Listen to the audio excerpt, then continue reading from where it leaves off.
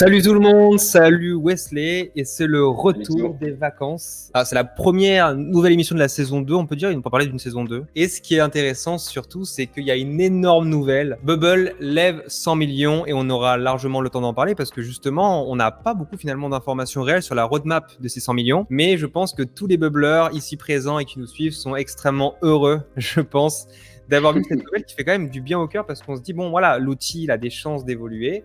Alors même si effectivement il y a eu beaucoup de choses qui se passent autour de ça. En fait, les gens se sont réveillés d'un coup en disant, il y a du no-code, il y a des mecs qui lèvent 100 millions, est-ce que c'est pas déconné? Mais surtout, est-ce que au final, qu'est-ce que ça va apporter de plus? Surtout sur un outil qui par rapport à du Airtable et qui par rapport à des outils, je sais pas moi, qui ont levé récemment comme Webflow ou autre, est-ce que effectivement Bubble a une place là-dedans? Et le fait qu'il lève 100 millions, donc c'est un petit peu moins élevé que Airtable, mais c'est plus élevé que Webflow à son époque, c'est quand même massif.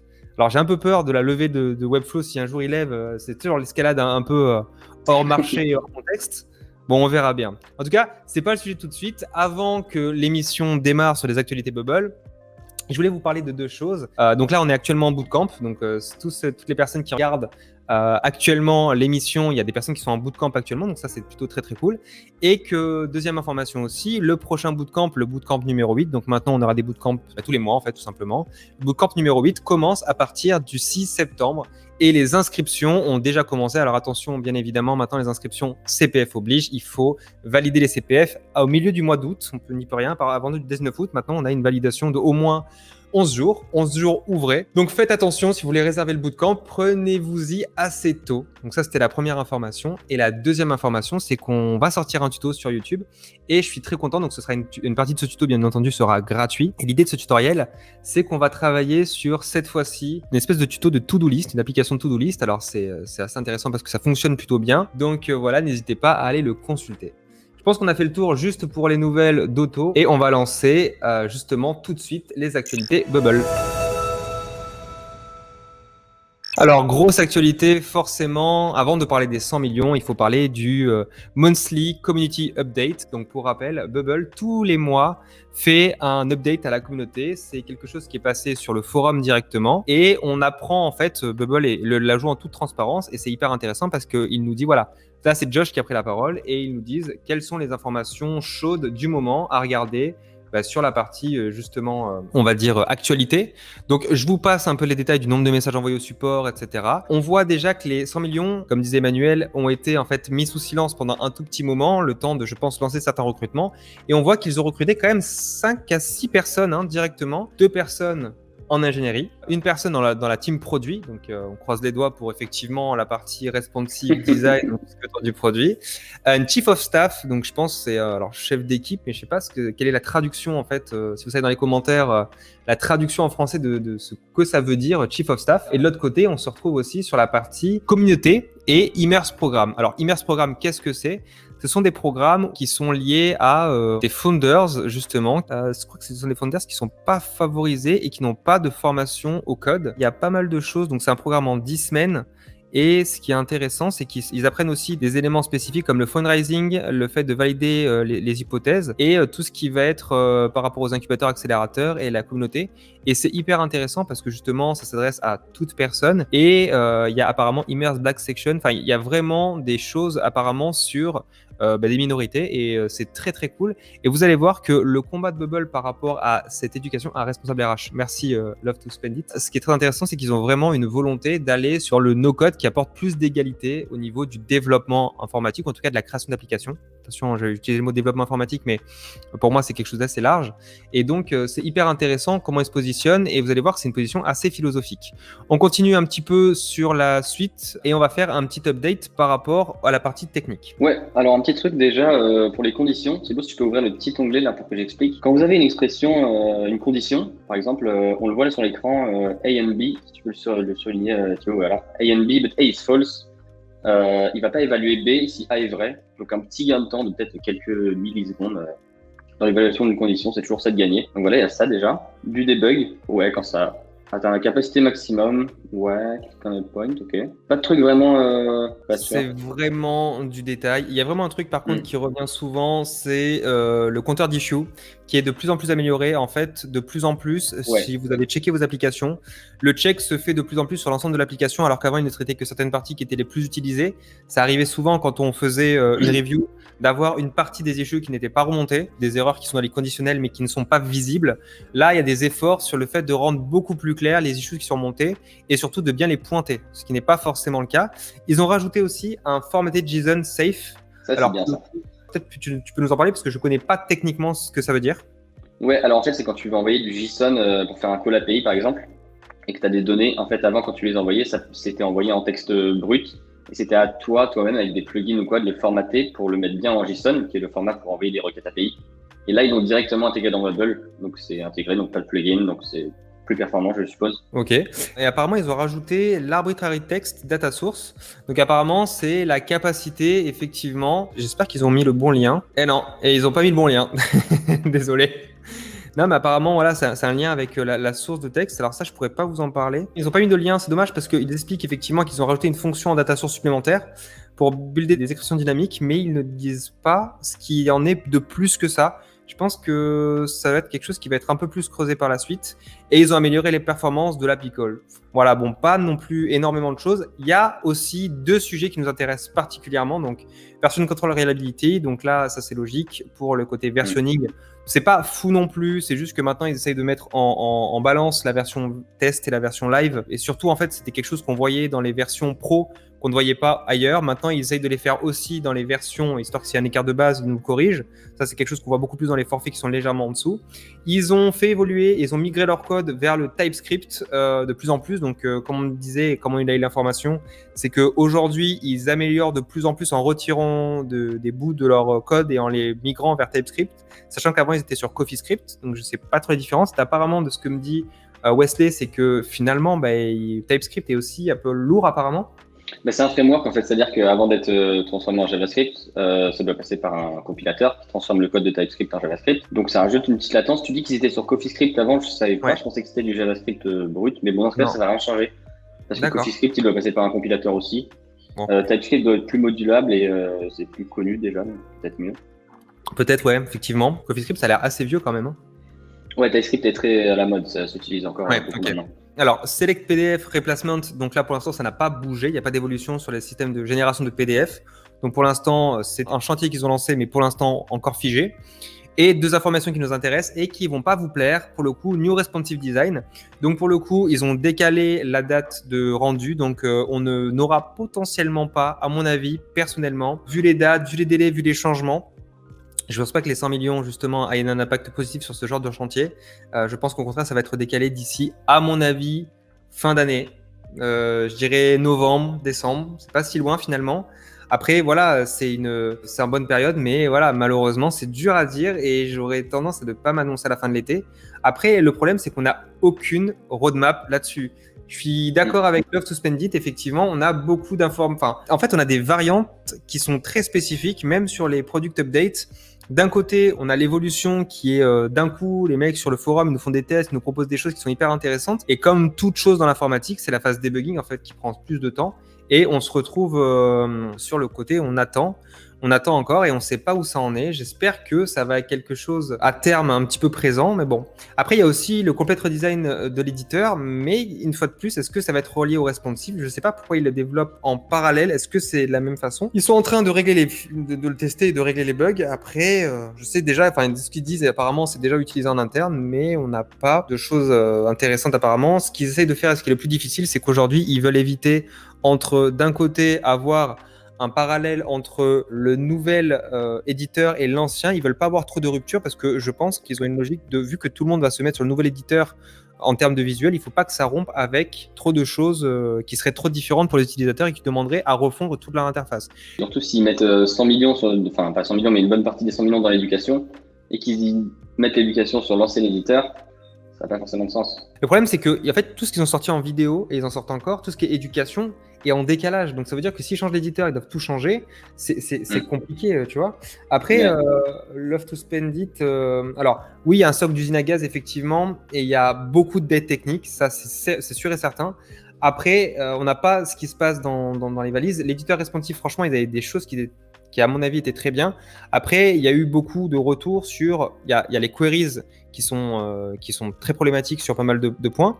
Et je pense aussi que tu vois, dans les annonces des 100 millions, je pense que le fait de ne pas annoncer d'évolution technique pour l'instant, et c'est pas un choix qui a été fait, qui a été mal pensé. Je pense qu'ils ont vraiment au contraire calé leur truc, parce que je pense que caler et régler leur dette technique va prendre beaucoup de temps, et ils vont beaucoup miser sur l'acquisition d'utilisateurs, et à mon avis, l'aspect éducation, évangélisation, pour avoir plus d'utilisateurs, pour être plus tranquille, parce que 100 millions, c'est pas une sub. Hein. Quand même, c'est un peu chaud, mais il faut savoir que le fait de lever des fonds vous oblige à les rembourser avec notamment une multiplication, un gain, donc pour les investisseurs. Donc, forcément, ça va être très important et ça va être une course aussi.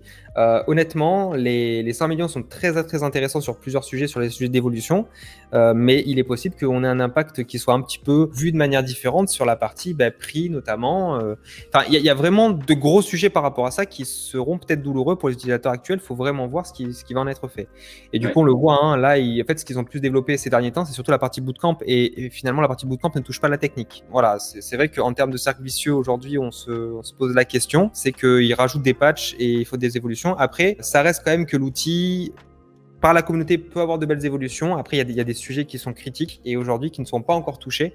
On croise les doigts quand même pour les évolutions parce que l'outil a de belles choses à prouver. Voilà, c'est dur d'avoir un avis là-dessus. Si je reviens d'ailleurs sur la partie lever 100 millions, effectivement, on a très, très, très peu d'informations. Ils expliquent à un moment, très rapidement, d'obtenir un peu plus de performance de gain. Mais le problème, c'est que derrière, en fait, ils parlent surtout de 4 éléments. C'est le fait que, effectivement, ils veulent faire en sorte que de plus en plus de personnes qui ne sont pas tech puissent créer des business sans code, que en fait le code n'est plus une barrière à la création d'applications. Et c'est des choses qui sont très intéressantes qu'on partage, hein, que finalement 95% des logiciels sont écrits par des personnes qui n'ont pas d'éducation formelle en ingénierie et au code, et que toute compagnie qui n'est pas fait en code peut quand même se dire une entreprise tech. Donc voilà. Et qu'aujourd'hui, la construction n'a jamais été aussi peu chère, facile et rapide d'être créée par n'importe qui sans avoir beaucoup d'argent, etc. Et sans avoir besoin de grosse éducation. Et ça, effectivement, c'est très intéressant. Alors, je pense qu'ils redisent leur vision, et c'est ça le problème, c'est que ça, c'est un communiqué qui est fait pour des personnes qui voient le truc passer. C'est pas un communiqué qui est, à mon avis, adressé aux bubblers en eux-mêmes. L'aspect technique n'est pas du tout évoqué. Il n'y a aucune roadmap. Il n'y a aucun. Et derrière le fond, hein, c'est un article qui a été posté de partout pour faire du reach. Et ça, malheureusement, ouais, ça pique un peu. Ça pique un peu. Je dirais pas que je suis déçu parce qu'au contraire, les 100 millions, c'est une très bonne nouvelle. Mais voilà, je sais pas si c'était quelque chose qui était vraiment intéressant aujourd'hui. J'ai peur que ça ait dévié un petit peu de leur solution parce que là, ils doivent gagner du temps. Et là, techniquement, ils vont chercher à avoir le plus d'acquisitions possible parce qu'ils vont être beaucoup plus pressés que ce qu'ils auraient été auparavant. Je pense qu'il y a uniquement, à mon avis, la concurrence qui peut peut-être faire les choses et qui peut faire évoluer les choses, en fait. C'est le fait d'avoir une pression technique au cul qui vont se bouger techniquement. Après, voilà, pour moi, c'est un outil merveilleux. Il faut vraiment pousser dans ce sens-là. Mais voilà, c'est vrai qu'aujourd'hui, les 100 millions, on est rassuré sur certains sujets, notamment sur la pérennité de l'outil pour commencer. Mais il ne faudrait pas que Bubble perde son avance en termes de création et ne puisse pas effectivement permettre de faire des produits au scale. Ou alors, dans ces cas-là, il faut envisager finalement des passages de nos codes au code, en fait. Hein. Et dans ces cas-là, il faut trouver des solutions pour passer de l'un à l'autre beaucoup plus facilement.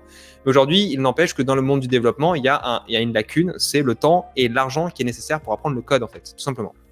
Ouais, c'est clair. Moi, j'ai une petite question par rapport à la levée de fonds. Je suis un peu novice, ça peut sûrement aider d'autres gens. 100 millions, ça représente quoi pour une boîte? C'est beaucoup, c'est pas beaucoup comparé à la concurrence? C'est quoi? Non, en fait, il ne faut pas que tu regardes comme ça. Il faut que tu regardes sur la valorisation de la boîte, il faut que tu regardes sur ses objectifs et ce qu'elle souhaite réaliser. Ce qu'il faut savoir, c'est que ce qu'on nous a annoncé n'est pas forcément ce qui a été annoncé aux investisseurs. Hein. Bien entendu que nous, là, c'est une communication. Et elle a été partagée et je pense que c'est vraiment essentiel pour montrer un peu ce que vaut Bubble par rapport à son évolution et elle est à destination des non-bubblers pour les faire venir. Après, effectivement, les 100 millions, techniquement, si on regarde juste la création d'un produit, 100 millions selon la taille du produit, c'est pas énorme. Mais tout est à mettre en balance. S'ils mettent 20% dans le produit et ils mettent 80% dans la com, ben dans ces cas-là, c'est de l'acquisition pure. Si par contre, ils mettent 80% dans le produit et 20% dans la com, là, c'est autre chose. Là, c'est pour les bubblers qui sont actuels. Aujourd'hui, la vraie question, c'est est-ce que d'avoir une meilleure performance permettrait aux gens qu'il y ait moins de churn, c'est-à-dire de moins de gens qui s'en vont pour qu'ils restent et pour créer des produits fiables, ou dans ces cas-là, même si tu as un super outil, si les gens ne savent pas l'utiliser, ben les gens se barrent et dans ces cas-là, la boîte a moins d'argent. Et en fait, ils doivent faire des compromis par rapport à ça. Et ça, malheureusement, il y a deux choses qui vont agir dessus. C'est comment comment le marché va se comporter par rapport à ça avec de l'évangélisation. Et l'autre côté, c'est comment les gens, finalement, vont réagir une fois qu'ils sont sur la plateforme pour rester. Est-ce que le fait de rajouter plus de fonctionnalités ou une meilleure performance vont faire que les gens vont rester ? Moi, personnellement, j'ai tendance à penser que oui. Ou de l'autre côté, effectivement, si des gens font de briques et de broc parce qu'il y a beaucoup de boîtes qui s'écroulent, pas à cause de l'outil technique, mais à cause de ne pas trouver leur product market fit, c'est-à-dire de ne pas trouver leur business, à ce moment-là, ce sont des personnes qui s'arrêtent tout simplement de faire des boîtes et dans ces cas-là, Bubble aura été temporaire. Et ça joue dans le churn aussi. Donc, ils ont vraiment deux choses qui vont jouer sur leur business et à mon avis, je pense que les plans de 100 millions vont repousser toutes les acquisitions techniques et les envies techniques qu'ils vont faire. Mais bon, après, s'ils ont mis 100 millions, ça veut dire que les investisseurs aussi y ont cru. Donc, je pense qu'il y a des taux qui sont montrés, des chiffres qui sont montrés qui, à mon avis, sont la preuve qu'il y a des choses très intéressantes qui sont en train d'être mises en place. Après, jusqu'où ? Ça, c'est un autre sujet. On va pouvoir passer à la partie, justement, 100 millions. Vous, qu'est-ce que vous aimeriez voir ? Wesley, si je te pose la question, toi, des 100 millions, ce serait quoi les 2-3 sujets que tu aimerais voir sur Bubble ? On va mettre juste une contrainte. On ne parle pas du nouvel éditeur, on ne parle pas du responsive. Juste le reste, quoi. Juste des trucs techniques qui peuvent toucher d'autres bubblers qui nous regardent sûrement. C'est des trucs que tu as vu dans d'autres outils qui te donneraient envie. Bah écoute, peut-être plus de fluidité, de rapidité d'exécution. Par exemple, quand tu compares à un Webflow qui a une fluidité incroyable et que Bubble n'a pas, par exemple dans les animations, des trucs comme ça. Je sais pas vraiment d'où ça provient, des choses comme ça. Après, je sais pas trop en vérité. Ouais, le responsive, justement, le responsive, on n'en parle pas effectivement parce que effectivement, le responsive, c'est assez clair, ça tout le monde le sait. Intéressant, l'export de corps, effectivement, le no lock-in. Alors, no lock-in, c'est quoi ? C'est le fait de ne pas pouvoir changer de plateforme. Ça, je ne pense pas qu'il y ait un placement là-dessus parce que honnêtement, la seule solution pour éviter qu'il y ait un lock-in, donc le fait de bloquer et de ne pas exporter le code, ce serait qu'ils génèrent du code. Aujourd'hui, ils ne génèrent pas de code en fait. Ils compilent. Ils ne peuvent pas sortir du code en mode applicatif, c'est pas du tout la même chose. Donc, je pense pas qu'ils puissent faire un système comme ça. Autre. Les performances, ouais, totalement. À mon avis, les queries, effectivement, sur les RG, c'est quelque chose de très important. Donc, Icon le dit, le chargement des RG. On appelle ça les queries et effectivement, c'est très très long. Il y a aussi tout ce qui va être gestion, à mon avis, de l'update dans la base de données. Je sais que l'update sur des sujets d'upload sont très complexes. Même si l'upload a été amélioré, c'est encore un gros bordel. Accès en collaboration moins cher, avoir plusieurs devs, ça coûte cher. Effectivement, alors ouais, ça revient un petit peu avec la politique tarifaire moins pourrie. J'allais te dire, accès en collaboration, j'allais dire même, effectivement, l'accès collaborateur, l'accès team est un peu particulier. Les gens peuvent bosser sur des branches parallèles de leur côté, un petit peu comme en informatique, sauf que il n'y a pas de collaboration en direct, donc ça fait un peu bizarre. Il n'y a pas de peer programming, il n'y a pas de capacité d'avancer correctement. Et c'est vrai que par rapport à ça, une collaboration, imaginez une collaboration et donc un plan de collaboration qui est autour de $450, me semble-t-il, paraît effectivement cher pour les usages que c'est. J'ai l'impression que le plan de collaboration, le plan de team est plutôt fait en fait pour avoir beaucoup de versions. C'est-à-dire que tu as une vingtaine de versions. Là, c'est vraiment, d'ailleurs, c'est le plan team fait que de la version quasiment. C'est assez particulier, mais voilà, je pense que c'est une façon de penser qui a été fait comme ça, donc d'avoir une multibranche et de les merger au fur et à mesure. Après, je crois que c'est ce qui est fait en développement classique. Après, je ne sais pas si ça a été bien fait, franchement, par rapport à ce qui a été fait sur Bubble, honnêtement. Ok, donc effectivement, les queries, performance, no lock-in. La compliance, ça, c'est un gros sujet. Sur la RGPD, je pense. En fait, ils ont publié un article là-dessus et il y a une partie des données. Alors, si c'est pour héberger un serveur en français, là, ouais, c'est autre chose.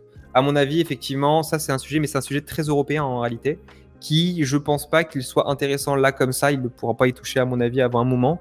Tout simplement parce que Amazon ne peut pas tout garantir non plus, même si tu mets un serveur sur le sol européen, c'est pas suffisant. Il y a des conditions et ils ne veulent pas, je pense, aller là-dedans. Je sais que tu peux prendre un forfait assez cher, mais que tu peux avoir un peu plus la main dessus, mais ça ne veut pas dire forcément que tu auras tous les les éléments nécessaires. Et donc, du coup, la donnée santé, pour l'instant, c'est un peu dead.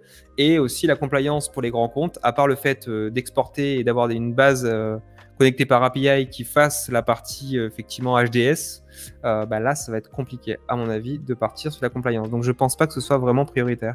Ok, ouais, c'est intéressant. Il y a quand même beaucoup de trucs qui remontent. À mon avis, il y a des choses que Bubble doit entendre. J'espère que ce sera dans le pipe. Après, effectivement, ce qui nous manque, personnellement, c'est la transparence, je pense, par rapport à tout ça. Après, quand on a eu, je crois qu'on a rencontré le mec de Paris là qui bosse pour Bubble, il y a vraiment une volonté, une volonté technique ou quoi, mais j'ai l'impression qu'ils font du silo en fait dans leur boîte et en gros chaque team, il n'y a pas de vrai lien entre les deux, donc on a du mal à voir comment les boîtes communiquent. Je pense aussi qu'ils devraient revoir leur tuto basique parce qu'un vrai outil n'est pas vraiment accessible sans une grosse surcouche de formation.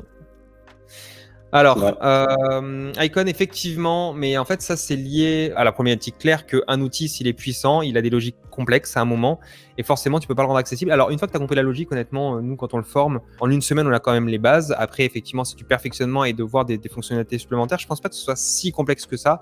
Si tu le compares à un builder, c'est deux niveaux dessus, 2 à 3 niveaux dessus. Juste ça, juste pour t'expliquer. Alors, effectivement, tu n'es pas sur un niveau d'Adalo, mais la simplification de l'outil diminue aussi sa puissance de fait parce que tu es obligé de trouver des automatisations, enfin des automatismes et des simplifications. On pourrait en parler d'ailleurs comment les outils no-code sont construits. Ce qu'il faut voir, c'est qu'il y a vraiment un sujet sur la partie ce sont les données qui drivent les éléments qui rentrent la donnée, donc les inputs, et qui vont driver aussi les sorties. Et donc, eux, ils ont trouvé une logique à travers ce système-là. Les inputs donnent de la donnée, cette donnée est stockée et elle est retranscrite à travers des éléments dits visuels.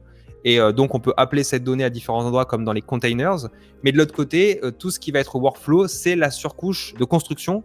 Et une fois que cette logique elle est comprise, elle est hyper accessible à tout le monde. Tu peux beaucoup progresser. Mais effectivement, je suis d'accord avec toi. Si tu as regardé les vidéos, les groupes RG, effectivement, à mon avis, mais je pense pas que ce soit le boulot de Bubble. Je sais pas si c'est le boulot de Bubble ou pas, tu vois, d'éduquer. Tu vois, c'est ça la grande question. Tu vois, sur le Slack, un mec qui a fait un SaaS Bubble et qui a une galère avec un corporate. Mais je pense que c'est uniquement au niveau de la compliance sur le stockage des données. Je ne pense pas que ce soit au niveau du reste. Après, je n'ai pas, attention, je répète, on a eu un expert RGPD qui nous expliquait que Bubble, malgré tout, respectait quand même certaines choses, à part effectivement au niveau des stockages des données, mais ça dépend vraiment du type de données que tu as. Mais en soi, il n'y a pas non plus de fuite. Donc, je ne sais pas les types d'audits que les corporates demandent. Je manquerai d'informations, je ne veux pas te dire de bêtises. Mais effectivement, ça dépend ce que le DSI demande tout simplement en face, quoi. C'est quoi un corporate, Thibaut, tu peux me dire? Un corporate, c'est une boîte, une grosse boîte. Enfin, bon, en général, on parle d'une boîte, on parle d'une grosse boîte quand on dit corporate. Parce que voilà, après, effectivement, c'est pas le cas de toutes les boîtes. Il y a deux boîtes de niveau et surtout, il n'y a pas le même type d'audit et le type de demandes qui sont faites pour les grosses boîtes, bien évidemment, par rapport à la sécurité et non seulement par rapport à tout le reste en fait, qui est demandé pour une grosse boîte. Ok, on va passer à la suite. Alors, juste une dernière chose, un dernier commentaire. Le but, c'est de rendre l'outil le plus accessible possible à la manière d'un WordPress. Et effectivement, oui, ce qu'on disait, Econ, je suis totalement d'accord avec toi, c'est que dans leur système, ils parlent beaucoup d'évangélisation finalement, de leur vision. Et aujourd'hui, le fait de voir beaucoup de formats qui se développent, même si c'est de la concurrence, je peux t'avouer que moi, ça me fait un peu bizarre, mais effectivement, c'est à mon avis un gros point qui peut amener beaucoup plus de bénéfices parce que ça permettrait à plus de gens de se créer, enfin de se lancer et de rendre la technologie à bas coût pour ceux qui veulent se développer. Après, il ne faut pas se mentir, il y a quand même une courbe d'apprentissage et je trouve que pour moi, le no-code nous rapproche du code dans cette question-là. Il y a vraiment un intérêt en fait de penser en termes de continuité. Je pense que le no-code n'est pas une boîte noire. Personnellement, Bubble n'est pas une boîte noire. Et c'est ça qui m'intéresse parce qu'il y a beaucoup de développeurs qui font du no-code aussi. On va passer à la suite, sinon je pense qu'on va passer à peu près 3 heures dessus. Aujourd'hui, on a de nouveaux templates. Dans les 100 millions, on n'a pas parlé de la partie mobile. C'est marrant parce que de moins en moins de gens espèrent finalement sur la partie mobile. Et c'est pas plus mal parce que je pense que rajouter encore une couche sur ça, ce serait peut-être en demander énormément. Et je suis pas sûr que ce soit le plus important aujourd'hui.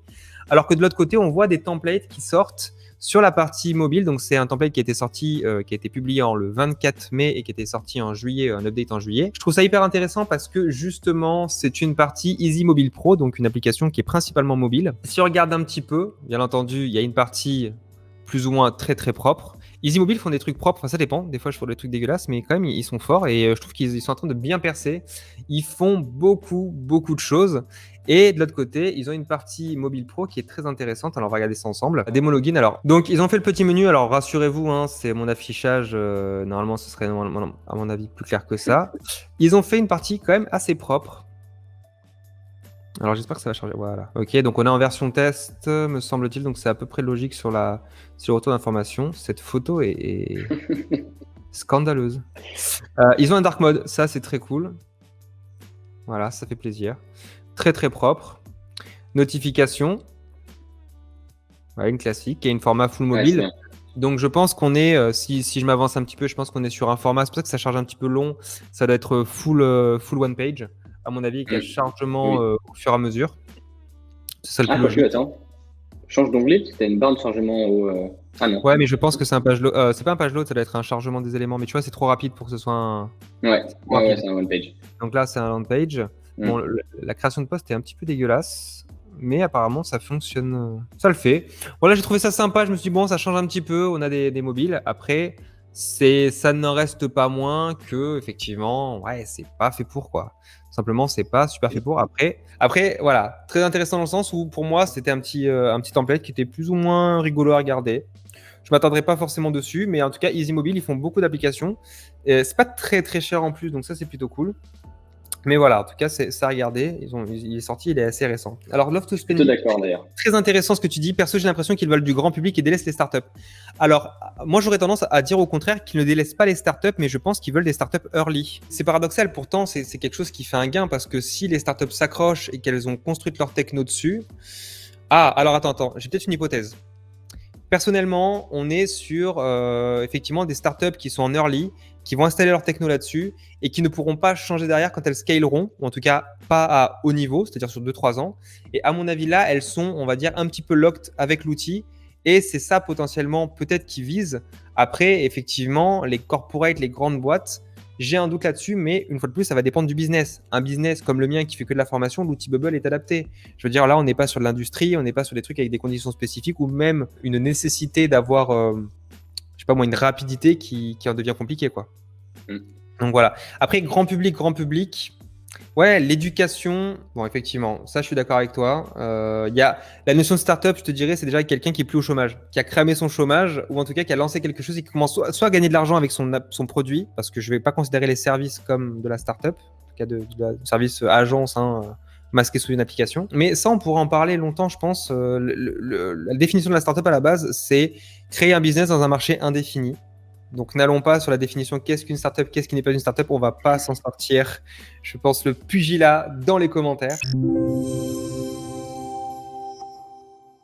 J'ai trouvé une application rigolote qui porte le nom de Glide. Alors là, je vous le montre directement. Je l'ai trouvé très belle cette application, même si le nom est très bizarre. Parce que du coup, Glide, il faut savoir que Glide, c'est le système qui permet de créer des applis mobiles à partir d'un Excel. Alors l'application rame du cul. On est en partage d'écran, donc ça ramera encore plus forcément. Mais c'est beau. Ça fait plaisir. Ça fait plaisir. Alors après, ils ont mis une petite musique qui, je pense. On voit pas trop que ça rame là. Non, mais là, ça allait mieux. C'est au début, en fait. C'est ça, à mon avis. Il y a un truc là. Je pense qu'il doit charger. Je sais pas pourquoi. C'est l'animation de la meuf qui danse, non? Non, c'est la vidéo. Donc la vidéo, album et single. Alors, petite animation, pas mal du tout. Ouais, c'est sympa ça. Comment ils ont fait ça, en fait? Parce que du coup, là, c'est du JS pur, non? Ouais, ou plugin, je pense. Ouais, plugin, pas impossible. Bon, iTunes, voilà. Album, donc là, ça doit être sûrement des liens dans la page. Contact, ça, c'est notre. Il n'y a pas de page derrière. Alors là, par contre, effectivement, on est sur typiquement une landing. J'ai pas vu de sign-in, il n'y en a pas. Donc voilà, on est sur quelque chose de très basique, mais ça fonctionne bien et c'est plutôt joli. Donc voilà, c'est plutôt cool. Comme quoi, finalement, le design de Bubble ne dépend pas de ce qu'on fait. C'est comment on lance les choses et c'est ça qui fait le taf en fait. Ouais. Voilà, c'était une petite information par rapport à ça. Alors pour 15$ en gros, tu peux acheter ce template où le but c'est pas de voir, mais tu peux copier et coller des éléments. Et donc en fait, tu as un sign-up qui est directement fait, directement visuel. Et ça c'est plutôt très joli. Alors personnellement, 15$, j'aurais tendance à moi-même vous dire de copier l'inspiration. Ça n'avait pas envie de. Voilà, copier juste l'inspiration, franchement, parce que 15$, bon, je suis pas sûr que ça vaille 15$ en vrai. Ça fait gagner du temps, mais c'est quelque chose que, honnêtement, ça se fait en à peu près 3 minutes. Alors, bien entendu, s'il y a des animations de fou derrière, mais j'ai pas l'impression que ce soit le cas. Après, ouais, ils ont mis une icône ici, ils ont mis le champ là. C'est pas dingue, quoi. Enfin, je veux dire, ok, c'est cool. Alors, et c'est même pas fonctionnel en plus. Donc oui, effectivement, c'est sûrement très joli. Copiez-le. Est-ce que 15 $ ça vaut le coup? Pas sûr. En tout cas, très intéressant. Ils ont peut-être d'autres programmes. Ah, c'est bien ça. Icon 8. Icon 8, ils ont fait des éléments. Et Ouch, c'est un des producteurs d'Icon 8. Ou en tout cas, ils ont leur truc Ouch dessus. Donc je sais que c'est une bibliothèque d'images qui était très cool. Donc à mon avis, ça vient de eux. Donc ça, c'est plutôt sympa. Comme quoi, Bubble, pas mal de gens qui s'y mettent. Alors, attendez, je dis des conneries. Ah non, illustration, pardon, je dis des conneries, c'est des illustrations. Ok. Voilà, ça par contre, c'est cool. Voilà, la seule chose qui justifie les 15 $, à mon avis, c'est celui-là. Ah ouais, ça c'est bien ça, putain. Ça, c'est cool. À mon avis, ça, c'est vraiment cool.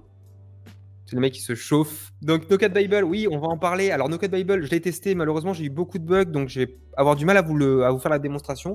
Par contre, là où c'était très intéressant, je vous montrerai les 2 éléments plutôt que le pro, c'est qu'il y a plein de conseils sur l'utilisation des sujets. Franchement, c'est plutôt très, très cool. Je vais vous le montrer d'ailleurs tout de suite. Donc 15 $, ça peut aider à avoir des choses qu'un truc des années 2000 comme on en voit tous les jours. Oui, effectivement, mais j'aurais tendance à dire que les gens peuvent le copier. En fait, directement, ils peuvent s'inspirer. Après, oui, ça vaut le coup. Mais vu, quand tu trouves le modèle, on peut refaire la même chose et ça peut être gratuit en fait. On devrait faire un template, on met tous nos éléments comme ça gratuitement. On fait une bibliothèque de plein d'éléments qui peut être très très cool. Et au moins, ça donne un petit peu des choses intéressantes à regarder. Et ouais, ça peut être, à mon avis, ça peut être intéressant de le faire comme ça. Mais c'est vrai que 15 $, j'aurais du mal à me dire que ça les vaut, quoi. Voilà, c'est ma vision, attention, c'est ma vision personnelle. Alors, No Code Bible, on va en parler, parce que Sarah m'oblige. Merci, Sarah. Alors, No Code Bible, ils ont 3 sujets. Alors, c'est Code Suze. Alors, tu as le Pro. Alors, le Pro, moi, je l'ai acheté. Je voulais l'utiliser. J'ai pas pu. J'ai eu beaucoup d'erreurs. Je vais contacter le mec parce que je comprends pas à quoi c'est dû.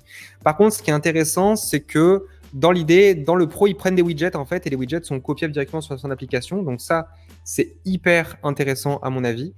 Et surtout, moi, ce que je trouve très cool, c'est juste pour l'apprentissage. Alors, ça, c'est juste pour l'apprentissage. C'est cette partie d'explication. Alors, si on regarde ici, par exemple dans les Element Action, tout simplement, ils font une démonstration déjà de tout ce qui existe. Ils expliquent un petit peu rapidement. Donc, en fait, ils réutilisent la vidéo de Bubble. Donc, ça, c'est à mon avis très très cool. Et ils montrent le fonctionnement, en fait. Et le toggle, c'est quand tu cliques une fois dessus. Voilà, okay, ça, c'est très cool. Animate an element, ça, c'est cool. Nothing. Hide with animation, show. Donc, ça, c'est très cool. Ça t'apprend, en fait, les bases. Et ça, à mon avis, c'est très très bien. Et des fois, tu as des petits tips comme ça qui sont vraiment... C'est une dinguerie, à mon avis. Mais voilà, en fait, il faut déjà que tu connaisses pour comprendre ce qui se passe, en fait. Pour vraiment comprendre à quoi c'est dû. Et c'est vraiment très, très cool. À mon avis, c'est quelque chose qu'on peut adapter.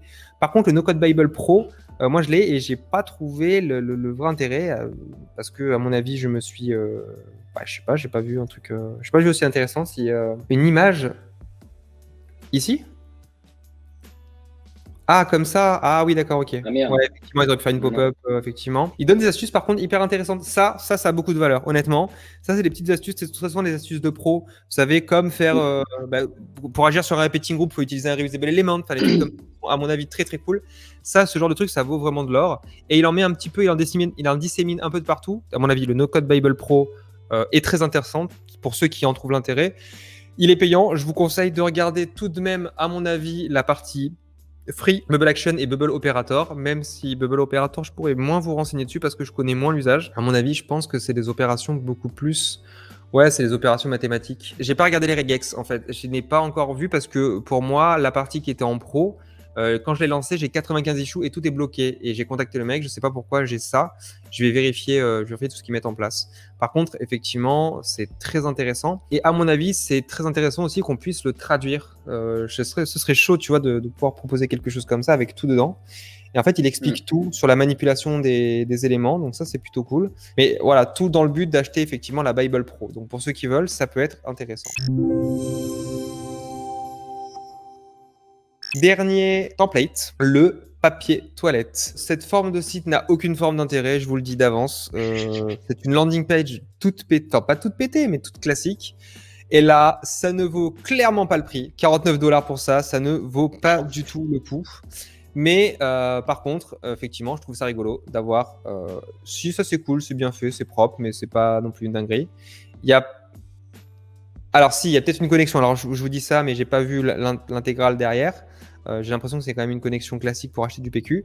Mais j'ai trouvé ça rigolo.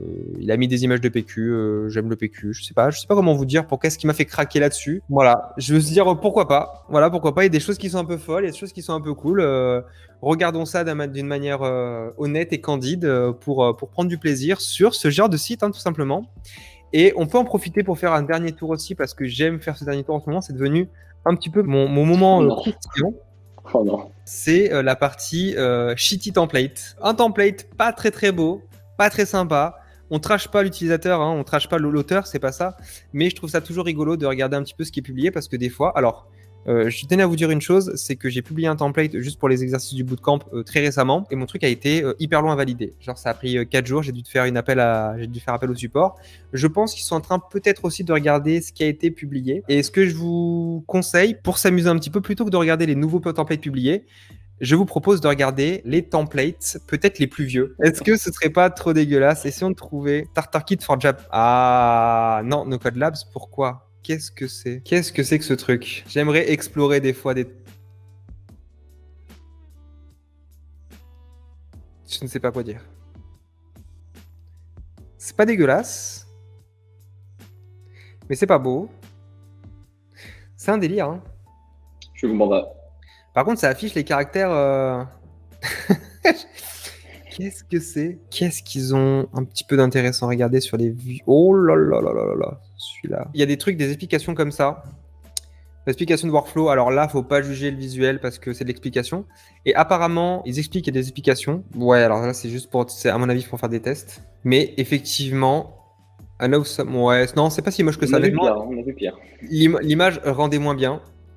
Mais aujourd'hui, tu vois, faire un forum en bubble, quand même, je serais prudent, hein. J'aurais des doutes sur la performance du truc. Mais Je le forum préfère... de Bubble est sur Bubble, je crois. Non? Non, c'est un discours. C'est un Ah ouais? discours. Ouais, c'est hyper cher un discours, c'est 100 balles par mois. Mais non, c'est un discours, c'est beaucoup l'utiliser, le personnaliser. Celui de Bubble est pas super personnalisé, mais ils ont fait, non, ils ont fait des trucs très sympas. Ah, ils ont lancé un Bill Flow éditeur. Putain, j'avais même pas vu ça. Trivia Test, Media Update, Modern CAD. C'est quoi un CAD? Faudra que qu'on dans comprenne un jour ce que vous savez ce que c'est. c'est un CAD? Oh, putain, il est joli. Alors, ça, c'est dommage. C'est joli, après, c'est plus joli. New Game. Qu'est-ce que c'est que ce truc? Qu'est-ce que c'est? Putain, finalement. Ah, c'est un trivia test. Il y a des petits jeux comme ça. Je devrais mettre mon blind test en template. Global émission. Hop. Qu'est-ce que c'est? Aïe. Qu'est-ce que c'est? Tu peux m'inviter ou pas? Pour ceux qui veulent jouer, je le mets dans les commentaires. Je sais pas ce que ça vaut en fait. À mon avis, on va être déçus parce que s'il y a rien, voilà quoi. Je vous aurais invité pour rien. Je suis désolé quoi. Non, j'ai un truc waiting for game to start. Bah, je veux bien, mais je peux pas le lancer. Bon, bah écoutez, ça ne fonctionne pas. Extrêmement déçu. On aura testé, ça ne marche pas. Je suis désolé aux fausses joies. Bah non, mais ça marche pas. J'ai pas d'infos. Mighty Login, ça a l'air bien pété de ouf. Email test, passeport test. Ah, ça y est, on commence à avoir un truc un peu intéressant. On commence à avoir un truc pas très très beau. C'est que ça. C'est une déception. Bon, voilà, c'était un peu le shitty template du jour, du coup. Mais on va pas voir. Voilà, on se serait dit que c'était bien de la merde. Eh bien, c'était bien de la merde. On passe à la suite. J'ai des trucs sympas à vous montrer. Alors, le premier plugin que je vais vous montrer, c'est le Simple CSS Spinner. En fait, c'est Fast Pop-up. Alors, où est-ce qu'il est, Fast Pop-up? C'est celui-là de BDK, sûrement que tu connais, Thibaut.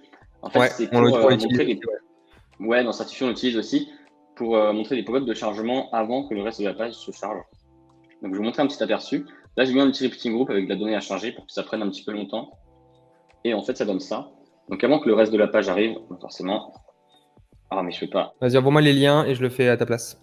Ouais. Donc, tu m'as dit le Fast Pop-up, le spinner, effectivement. Plugin édité par TheBDK, plutôt très très cool. Tu vois, c'est joli, hein. C'est vraiment beau. Et donc, après, tu as ta page qui arrive. Dans le Notion, tu peux regarder, j'ai ouvert une librairie de spinners où en fait, tu as toute une librairie avec plein de spinners qui te sont proposés et tu peux choisir celui que tu veux. Tu en as plein, genre 80 gratuitement. Tu vois, tu en as plein de différents. Et tu peux les récupérer pour les foutre sur le... Ouais. Ah, comment? Alors, si t'es chaud, tu peux ouvrir mon éditeur. En fait, il faut expliquer que le The BDK, le produit des plugins et le plugin Fast Pop-up permet de faire autant des pop-up qui sont des pop-up de chargement d'écran. Donc, vous savez, quand ça charge un petit peu trop longtemps, en fait, ça permet quand même de gagner du temps et de faire illusion. Et en fait, ils ont aussi des petites pop-up de validation avec un truc validé qui est très très cool pour vous montrer un petit peu à quoi ça ressemble. Donc The BDK, c'est vraiment un des éditeurs les plus prolifiques. C'est pas une question de nombre, c'est surtout il fait de la qualité et ça c'est plutôt assez cool. Après bon, tout est payant, mais par contre, c'est très bien fait. Franchement, petite pop-up comme ça qui apparaît, un petit truc qui charge sur l'écran et il a même fait des démonstrations. C'est celui-là? Ok.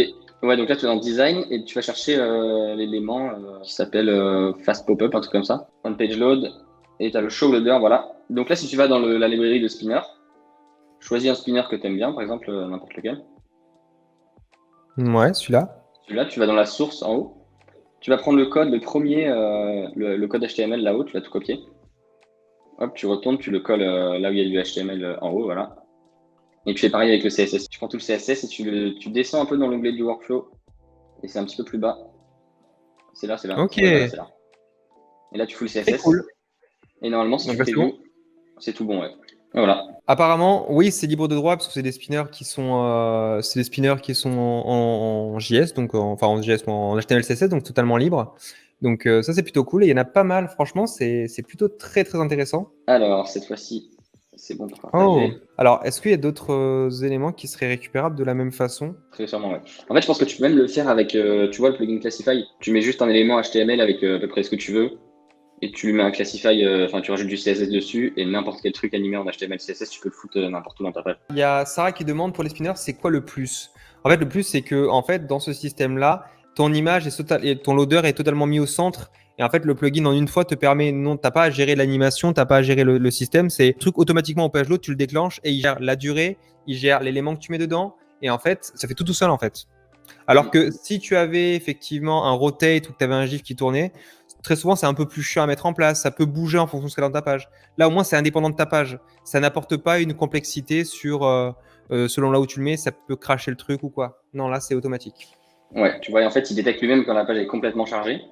Parce qu'il y a un événement JS qui doit être déclenché, ou je sais pas trop comment il détecte ça. Et direct à ce moment-là, il enlève la pop-up. Alors que toi, je sais pas comment tu te débrouilles pour savoir que la page est entièrement chargée. Va dans les conditions. Alors ici, Ouais. attends, je vais Et monter tu ça. peux faire do when page is entire. Vas-y, remonte. Tu l'avais Ah là. oui, ok, oui, t'as raison, ouais. Et donc ça, tu peux le détecter. En fait, c'est une action, ça, Ouais. et il va Ok. se charger à ce moment-là. Ok, ouais, c'est vrai, c'est vrai. Je l'avais oublié. Ok, très bien. L'usage Moving Letter sur Tobia Slashin, je trouve ça magnifique aussi, le fait de l'utiliser sur des textes. Alors là, comme ça, je te dirais pas que c'est dingue sur la partie pour une application, tu vois. Mais comme ça, je trouve ça hyper cool. C'est stylé. En vrai. En vrai, on devrait se faire des trucs comme ça, tu vois, des petits défis de beauté. D'ailleurs, je vous poserai la question, mais est-ce que vous seriez chaud, la communauté, de se faire des petits challenges un peu, ça peut être graphique, ça peut être technique. Moi, on aimerait bien se faire des challenges sur Bubble. Et ben, pour sunboarder un petit peu, alors ce serait pas forcément uniquement sur nos codes France, sur Auto aussi, parce qu'on a beaucoup de bubblers et je pense qu'il serait chaud en fait pour participer. Mais nous, l'idée, c'est de se faire des trucs comme ça entre nous. Peut-être même de gagner des cadeaux, pourquoi pas, mais de montrer en fait qu'on peut aller loin en fait sur Bubble et nous, ça nous ferait vachement plaisir quoi. En plus des meet-up ou quoi, nous, c'est vraiment sur de la technique finalement, ou sur du design, mais en ouais, un truc à montrer quoi. Genre la plus jolie page responsive, tout ça. Ouais, clairement. Ok, le prochain truc, je sais pas si tu l'avais vu, ce préloader là, tu l'avais vu ou pas? Je l'avais montré rapidement, tu peux le montrer en Ouais. direct, plutôt cool. Un genre de truc pour préloader une page. Ah ouais, pour éviter que le RG t'apparaisse comme vraiment en mode chargement C'est long. ça, ouais. C'est fait avec quoi par contre pour le coup? C'est un plugin aussi. Oh putain, c'est cool. Ah ouais, d'accord. C'est le plugin qui s'appelle. Où est-ce qu'il est Content Preloader de zéro code. Payant? Mais en fait, ouais, payant, ouais. Mais en fait, le Comme truc, tout tu vois, zéro c'est code que en fait. Hein. c'est à toi de définir la durée que tu veux. Il n'y a pas d'événement pour détecter quand le rectangle est entièrement chargé, pareil, je crois. Et Donc en fait, tu définis toi-même une durée, combien de temps tu veux que l'animation reste. Par exemple, tu vois, là, si je mets une seconde, bon, je peux pas écrire. Attends que je trouve un si 1 je peux quelque part. copier le 1, Oui. cette galère. Cette plein galère aussi, tu insupportable. vois. Mais par contre, moi, ce que je me pose comme question, c'est que si ton groupe, en fait, n'est pas chargé derrière, qu'est-ce qui se passe? Bah, j'en Parce sais que, rien. parce que s'il n'y a pas les éléments, il peut pas savoir ce qu'il y a dedans, donc il peut pas savoir s'il y a un carré, enfin, s'il y a un truc comme ça, donc. Bah, je pense qu'il sait ce qu'il y a là, tu vois, mais il n'y a pas encore la donnée dedans. Donc en fait, il prend le Ouais, de rectangle récupérer les ici, éléments, ouais. commence, il met juste un espèce d'overlay de shape par-dessus, tu vois, qui coulisse comme ça. Et puis ça se charge derrière. Faudrait que je le teste pour voir un peu ce que ça donne. T'as Ah trois ouais, couleurs, mais en d'accord. fait, je suis pas un UI Non, designer fou, donc en fait, les couleurs que j'ai choisies font pas c'est forcément. plutôt cool, ouais. Il y a un noir qui est un peu trop foncé, mais ouais, c'est qu'en fait, tu mets des ID à ceux que tu veux qui se préchargent, tu vois. Button, IMG et ben, c'est tout. Et tu vois là, mon image ici, elle a un ID du coup IMG. Oui, Voilà. d'accord. Ok, donc tu les paramètres en fait avec des attributes. Ouais, c'est ça. Ok. Ouais, la classique. Ça, le mieux, ça aurait été de le mettre sur le groupe, en fait, carrément ici. Ouais, ouais, ça aurait été moins visuel et surtout ils auraient pas eu les éléments un par un parce que je pense qu'il peut pas Ouais, les détecter sur le détail, donc forcément il oui. est obligé de le faire comme ça. Alors celui-là, je crois que tu l'as pas vu. Donc 4 et 16, hein, comme tous les plugins BDK. Ah, je Et vous je fais ça rappelle bien, qu'avec hein. un compte Agency, vous avez tous les plugins en gratuit dans la partie test. C'est ça qui nous permet aussi de tous les tester sans payer à chaque fois, hein. Vous vous rendez bien compte que sinon le budget de l'émission serait en flèche constante. Et puis là, 35. Ouais. C'est un petit Ouais, peu cher ouais, quand même, ouais. 35. Bah, comme tout dans 2500 quand même. zéro code. 2500. Quand même. Mais tu sais quoi, il ne faut même pas s'amuser à calculer le prix à chaque fois parce que Mm. tu tombes sur des sommes. Après, il a été créé en Ouais, 2019 aussi, donc assez cool quoi. c'est vrai. Après, c'est une illusion. On rappelle juste que vu que c'est pas lié aux données, c'est une illusion. Mm. Prochain plugin? Prochain plugin, alors ça, je trouvais ça vraiment stylé. Alors j'ai eu la problématique il y a quelques temps, en fait, j'avais un projet avec une cliente qui voulait limiter la taille de ses photos, donc j'ai passé pas mal de temps à éplucher tous les uploaders qu'il y avait un peu sur le marché des plugins. Et donc il y avait, alors celui-là, dans cette multi-uploader, il y en avait pas mal, et je suis tombé sur celui-là, de BDK, qui en fait se sert d'UploadCare. Je sais pas si tu connais Thibaut. Ouais, ça permet de. C'est un uploader multiplateforme. C'est ça, ouais. Donc tu as un plan free à 3 jusqu'à 3 gigas, mais donc en fait, BDK ont intégré ça, et donc tu prends juste un petit uploader comme ça, là tu as des tonnes de champs à remplir si tu veux pouvoir prendre depuis le fichier, la caméra, l'URL, Facebook. Tu peux importer depuis littéralement partout. Tu peux mettre un nombre de fichiers minimum, maximum. Tu peux même les shrink, enfin les resize. Tu peux t'as plein d'effets. Enfin, je vais vous montrer, ça va aller plus vite après pour vous expliquer, ce sera mieux. Regarde ce magnifique uploader. Ouais, je l'ai vu déjà sur pas mal de. Il est trop beau, tu peux uploader depuis Insta, depuis Evernote, c'est fou, je trouve. Non, c'est clair que c'est hyper large, donc ça c'est plutôt très très cool. Est-ce que tu as testé le fait de les upload? Est-ce que t'as pas une. Ah oui, d'accord, donc t'as pas eu de galère sur l'upload? Non, non, parce qu'après, regarde, en fait, tu peux les récupérer, regarde, tu vas voir. Donc, tu fais upload ici. Après, tu peux les foutre dans un RG. Alors, Ah, c'est pas fait pour, en fait, parce qu'à la base, quand tu uploads ici, ils vont sur UploadCare, du coup. Mais ce que tu peux faire, c'est quand tu cliques sur Upload, j'ai mis un petit workflow. Quand tu cliques sur Upload, en fait, c'est stocké dans un state, dans le upload widget, tous les fichiers que tu viens d'upload. En fait, tu les uploads une fois et après, tu peux rajouter un bouton qui va prendre dans le state et qui upload sur Bubble ce que tu viens d'upload sur UploadCare. Bon, du coup, tu les uploads 2 fois, c'est pas fou, mais bon, si tu veux les d'accord. récupérer dans Bubble, il n'y a pas trop le choix. Mais je trouvais vraiment l'uploader magnifique. Donc, ça va être cool de montrer, je le trouve vraiment beau. Très cool, ouais, très très cool. Je crois que tu peux. Ah, les mecs sont chauds. Mais The Bedakar, en général, ils font quand même des très très très bons, quoi. Est-ce que tu sais, si on a les variables, parce que je sais que dans The BDK, il y a un plugin qui m'intéressait, qui permettait de choper des variables et donc d'avoir un environnement avec des variables et donc de récupérer des éléments, peu importe où ils se trouvent. Regarde, c'est le numéro 12 de The BDK. Il faut que je regarde dans le Notion Ah oui, ok, plutôt. ouais. J'y suis. Et c'était une grosse question que je me posais, parce que je l'ai vu certains utiliser, parce que pour ceux qui ne savent pas, il y a vraiment une problématique, c'est l'aspect repeating group qui n'est pas communicable de l'extérieur. C'est-à-dire que si vous avez un élément dans le repeating group, dans une cellule, l'élément de la cellule ne peut pas être lu de l'extérieur parce que tout simplement qu'il est considéré dans le repeating group. Le seul moyen d'outrepasser ça, c'est soit d'utiliser un reusable element, et donc le reusable element va agir dans la cellule. Mais en gros, pour communiquer entre le repeating group et le reusable, il faut un custom state. Voilà, il n'y a pas le choix. Soit effectivement d'utiliser des plugins qui vous permettent de faire une détection de la cellule vers l'extérieur. Et dans ces cas-là, il crée une state en fait de la cellule qui sait que telle cellule est dans tel élément et donc remonte l'information. Mais sinon, tout ce qui est vous dans votre cellule, vous n'y avez pas accès depuis l'extérieur. Tu vois ce que je surligne? Trigger workflow de la page principale depuis un reusable. Ah ouais, voilà. Tu peux faire l'inverse, trigger workflow d'un reusable depuis une page, mais tu peux pas faire dans l'autre sens. Ouais, ben voilà, c'est le même principe. Comme le repeating group, c'est considéré comme des trucs en environnement fermé. Et je crois qu'ils ont fait, c'est pour ça aussi qu'il a fait un. Ouais, là, le 3, ce que tu disais. Ouais. Sending data across several usable module. Là, c'est pour les reusable, mais là, c'est pas pour les repeating. Mais je crois qu'ils ont fait un outil aussi pour les repeating group. Ouais, je l'ai vu hier. Extract data. Ouais. Extract data from the cell, including nested repeating group. Ah, c'est super bien ça, avec donc des données qui sont merge. Dynamic expression, ouais.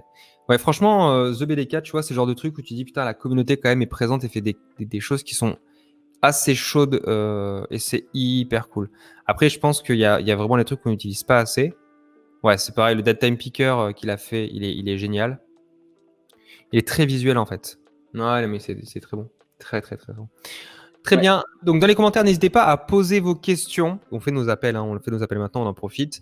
Il y a 2 choses qui nous intéressent, que je vous ai dit, c'est les challenges. Si vous êtes chaud pour faire des challenges, n'hésitez pas à communiquer. Donc, en gros, ce serait pour participer à des challenges ou en donner. Ça pourrait être intéressant. Ça peut être des challenges visuels, des challenges fonctionnels, des challenges techniques, purs et durs. L'idée, c'est de pouvoir gagner des choses derrière, bien évidemment, et surtout de pouvoir montrer que voilà, le no-code est présent et les mecs sur Bubble aussi, enfin, les mecs et les nanas sur Bubble aussi. On va offrir des cadeaux, je pense, à terme. Ça peut être rigolo. Et aussi, on aimerait bien tester un petit peu. Alors, bien entendu, attention, je sais comment les gens vont réagir. Les mecs, ils vont être sur chaud et c'est pas le but. On pourrait aussi tester tout ce qui va être passer vos mock-ups en application. Alors, ce serait des mini-applications, mais ce serait bien de se tester. Vous nous envoyez des mock-ups, vous nous envoyez 2, 3, 4 écrans, 5 écrans, et nous, on les passe en application, en speed no-code en quelque sorte, pour voir si c'est possible, si c'est faisable tout simplement, et surtout ça peut être très visuel et ce sont des choses qu'on cherche nous pour avoir des formats un peu nouveaux à montrer. Ça peut être fait aussi sur le No-Code France, pourquoi pas, sur la chaîne auto aussi, pourquoi pas sur YouTube. Ok, Quentin, chaud pour les challenges, ça c'est très cool. Des choses, n'hésitez pas, ouais, par exemple comme Quentin, de nous le dire juste pour prendre la température. Il y avait Quentin, il y avait Sarah qui m'avait dit qu'ils étaient chauds à voir les choses. Voilà. Donc ça pourrait être vraiment très intéressant. Challenge Bubble boisson. Tu bubble et tu bois en même temps. Il y a vraiment des choses qui peuvent être faites, des formats qui peuvent être très cool. Comme ça, on est en mode, on s'amuse, on en profite, quoi. Mais j'espère que le format d'émission vous plaît. Niveau de la veille, n'hésitez pas à nous faire des feedbacks. Vous avez le document, le Slack. Je pense qu'au fur et à mesure, on va peut-être professionnaliser, pourquoi pas, l'émission. C'est peut-être faire une newsletter pour indiquer quand les gens viennent à l'émission et surtout recevoir peut-être les petits liens que nous, on prépare pour qu'ils reçoivent tout à la fin. À chaque fois, peut-être des tips ou quoi, ça peut être très intéressant. N'hésitez pas aussi, si vous avez des catégories à mettre en place, si vous voulez voir certaines choses, si vous voulez être interviewé, parler de votre histoire. Nous, on adore faire venir des invités. C'est vraiment quelque chose qu'on apprécie beaucoup parce que je pense que parler de soi ou en tout cas exprimer sur un thème particulier son expertise, ça peut aussi inspirer d'autres personnes. Et je pense que c'est très important pour faire continuer et avancer la communauté. Bref, on a besoin de vous. Salut à tous, bibliothèque Arnaud Slip. Alors, Arnaud Slip qui, au dernier moment, qui envoie une message. Oui, je sais Arnaud, on va faire cette ressource, on va utiliser Charts pour faire ça, mais il faut qu'on... C'est juste que nous, on a tous les liens, en fait, il faut juste les ranger, en fait. Voilà, c'est juste ça. Mais rassurez-vous, ça va être fait. Et il faudra effectivement le bombarder sur les réseaux pour vous mettre un peu les liens qu'on met en place. Ouais, mais Pinterest, aussi les liens de l'éditeur à chaque fois. Ouais. Un éditeur propre à l'émission où à chaque fois qu'on prépare des trucs, on le met dessus et puis après on donne. Sur chacune des pages, on rajoute à chaque fois une page spécifique, l'application qui a 1000 pages. Pinterest, ouais, mais Pinterest, tu vois, ça me plaît pas parce que Pinterest, faut faire des. Ouais, Pinterest, je suis moins chaud. Charles, j'aime bien parce que c'est un outil qui est fait en bubble, tu vois. On salue Kylian d'ailleurs s'il regarde l'émission. Allez, je vous dis salut à tous. On ferme l'émission pour aujourd'hui et on vous dit à dans 2 semaines. Salut, à bientôt. Il m'a laissé tout seul. Faut que je quitte de moi-même. Salut à tous.